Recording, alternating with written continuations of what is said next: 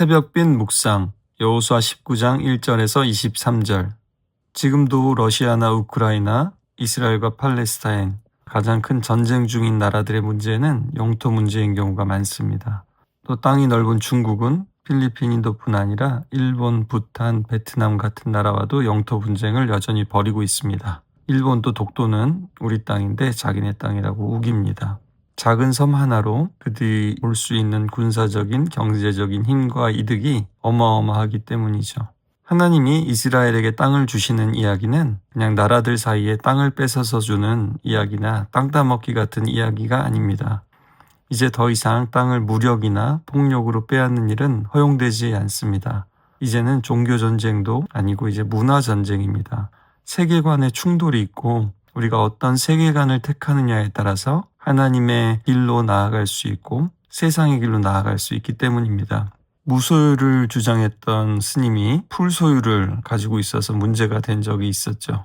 그리고 미니멀리즘의 트렌드도 굉장히 특이했습니다. 무언가를 더 가지고 남들이 가진 것을 따라 가지는 게 아니라 단순하고 버릴 수 있는 여백의 미를 추구합니다. 미니멀리즘의 뿌리에는 소유의 공허함, 더 많이 소유할수록 더 행복해질 거다라는 거짓 신화에 대한 폭로가 있습니다. 하나님이야말로 비어있는 하늘과 땅을 만드시고 버라이어티하게 채워주셨습니다. 그럼에도 하나님의 구원은 바로 이런 십자가의 비움, 미니멀리즘으로부터 시작되었죠. 계속되는 땅 분배의 이야기는 우리의 충만한 삶은 소유가 아니라 소명, 또 소명만이 아닌 소망이 있음을 보여줍니다. 1절부터 9절까지는 시므온 지파의 기업을 분배하는 이야기가 나옵니다. 시므온의 기업은 특이하게도 유다의 기업 안에 있습니다. 독립적인 기업이 아니라 땅이 아니라 유다 지파와 나누어 받았습니다. 그리고 그 이유를 유다의 땅이 너무 많기 때문에 일부를 나누어 주었다라고 합니다. 요셉 지파와 반대 케이스죠. 그들은 인구는 많은데 목은 적었기 때문에 요청했습니다. 중요한 것은 둘 다 하나님께서 지파에게 주신 땅을 받아들이고 취하는데 주저하고 있다는 것입니다. 하나님은 넘치는 은혜로 우리의 필요를 채우시고 그뿐만 아니라 높은 산을 깎아서 골짜기를 메우시는 하나님이십니다. 오늘도 하나님이 공동체 안에서 넘치는 지파를 통해서 부족한 지파를 채워주고 계시죠. 더 놀라운 건 이런 결정에 대해서 유다 지파가 반대하거나 저항하지 않는다는 것입니다. 상당히 놀랍죠? 하나님은 누구도 잊지 않으십니다. 모두가 자기 몫을 가질 수 있도록 하십니다. 시므온 지파는 유다 지파에 둘러싸여져 있고 작고 초라해 보이는 땅을 받았을 수 있습니다. 땅 분배를 크게 보면 레위 지파처럼 자기 땅이 없는 지파도 있고 시므온처럼 남는 땅을 받을 수도 있지만 이 모든 것에서 하나님의 깊은 뜻과 섭리를 발견할 수 있습니다. 우리는 하나님 왜 나에게 이런 시련이든 땅이든 환경이든 이렇게 말할 때가 많죠. 그러나 하나님의 은혜를 경험하고 큰 그림, 오랜 시간을 경험하다 보면 하나님이 이래서 나에게 이런 땅을 주셨군요. 하나님이 이래서 나에게 이런 환경을 주셨군요. 라고 고백을 하는 것을 보게 됩니다. 그리고 시므온 지파의 이야기를 좀 더 길게 보면요. 야곱이 창세기 49장에서 시므온 지파와 레위 지파의 그 폭력성을 보면서 그 노여움이 혹독하니 저주를 받을 것이요 분기가 맹렬하니 저주를 받을 것이라. 내가 그들을 야곱 중에서 나누며 이스라엘 중에서 흩으리로다 라고 했는데 정말 땅 분배하는 과정을 보면 정말 그렇습니다. 레위는 물론 이후에 또 그들이 바른 선택을 함으로써 하나님의 제사장 지파로서 흩어지게 되고요. 시므온은 정말 이렇게 초라한 땅을 받지만 경기가 모호한데 나중에 보면 자연스럽게 유다 지파에 흡수되는 것을 보게 됩니다. 그래서 또한 시므온과 레위 지파를 비교해 보면 누구나 넘어질 수 있고 실수할 수 있고 분을 못 이길 수 있지만 그 다음에 또 어떻게 하느냐에 따라서 하나님께서 더 거룩하게 만드실 수도 있는 거고요. 이렇게 흩어지고 사라질 수도 있는 것입니다. 다음으로 스불론 지파에게 땅을 나눠주고 있습니다. 스불론은 야곱의 아내 레아가 낳은 아들이고요. 이름 뜻은 거주함 또는 영광을 의미합니다. 창세기 49장 13절에는 스불론은 바닷가에 거주하리니 그들은 배들이 정박하는 해변이라 라면서 무역과 교역에 강한 지파가 될 것을 예고합니다. 모세가 축복할 때 신명기 33장 18절 이하에는요. 너는 밖에서 기뻐하라. 그들이 이방 백성을 산으로 부르며 거기에서 의로운 제사를 드리리라 라면서 물질적 축복과 함께 선교적인 사명을 가지게 될 것을 시사합니다. 그들은 물질적 축복을 누리면서도 헌신의 기쁨을 잃지 않을 것입니다. 이게 쉽지 않죠. 하나님의 은혜를 받고 물질적인 또 마음의 평강을 누리면서도 여전히 그 감사와 헌신의 기쁨을 잃지 않는 것은 생각보다 쉽지 않거든요.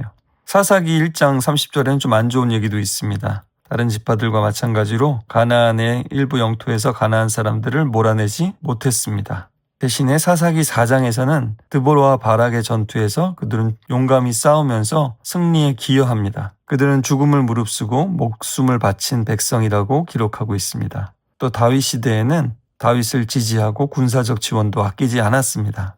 그리고 더 주목해야 될 것은 여기 갈릴리 지역이 스불론 지파에 많이 속해 있는데요. 당시에는 별로 주목을 받지 못했지만 예수님이 그곳에서 자라시고 공생애를 시작하신 또 큰 빛을 비추게 되는 그런 지파가 되고 지역이 됩니다. 다음으로 이사갈 지파는요. 야곱과 레아 사이에서 태어났고 마찬가지로 값을 지불했다, 보상을 받았다라는 뜻을 가지고 있습니다. 레아가 낳고 너무 기뻐했던 거죠. 이사갈은 가나안의 중심부 비옥한 이스라엘 평야를 기업으로 받았습니다. 농업에 적합한 비옥한 땅이었고요. 교통과 무역의 중심지였습니다. 야곱은 이사갈을 양의 우리 사이에 놓은 강한 낙이라고 했습니다. 이사갈 지파는 힘이 강하고 노동에 충실했지만 때로는 종처럼 고생스러운 삶을 살 것을 예언했습니다. 이들은 이스라엘 평야라는 아주 비옥한 땅을 받았고 또 힘든 노동을 성실하게 감당하고 받아들이는 모습을 보여줍니다. 모세는 이사갈과 스불론을 함께 축복하면서 이사갈이 성막과 제사에서 또한 중요한 역할을 할 것을 말합니다. 마찬가지로 드보라와 또한 함께 싸웠고요. 그뿐만 아니라 사울과 다윗 사이에서 다윗의 편에 서서 큰 힘이 되었습니다.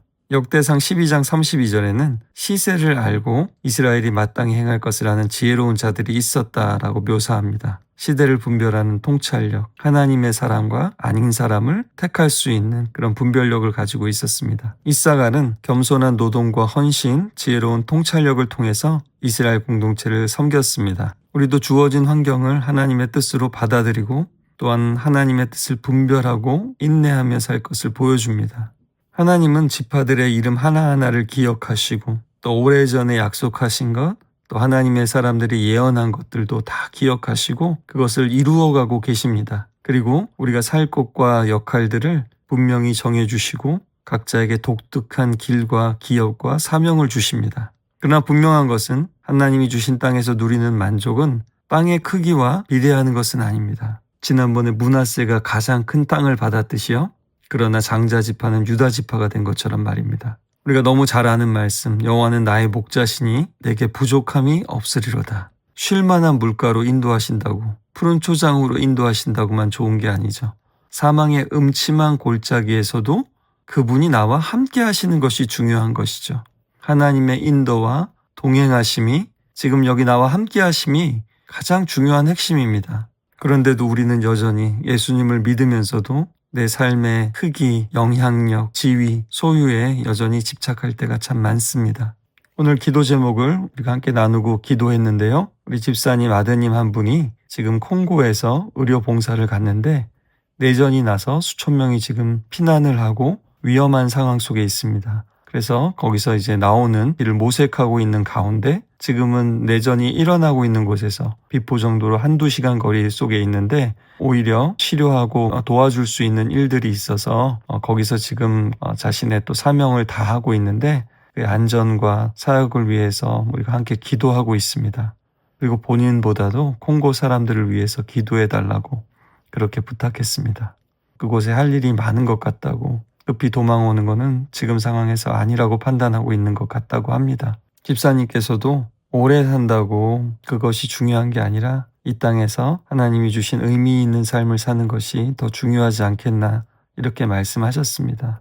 참 그 어머니의 그 아들이라는 생각이 들었습니다. 그리고 오늘 말씀처럼 사람들이 생각하는 직업, 돈과 명예, 삶의 크기가 중요한 것이 아니라 우리에게 주신 기업을, 이 각자에게 주신 기업의 풍성함을 누리는 것이 중요하죠. 돌아온 탕자 이야기처럼 우리 기업은 아버지의 소유가 아니라 우리 하나님 자신이 되어야만 함을 다시 한번 생각하게 됩니다.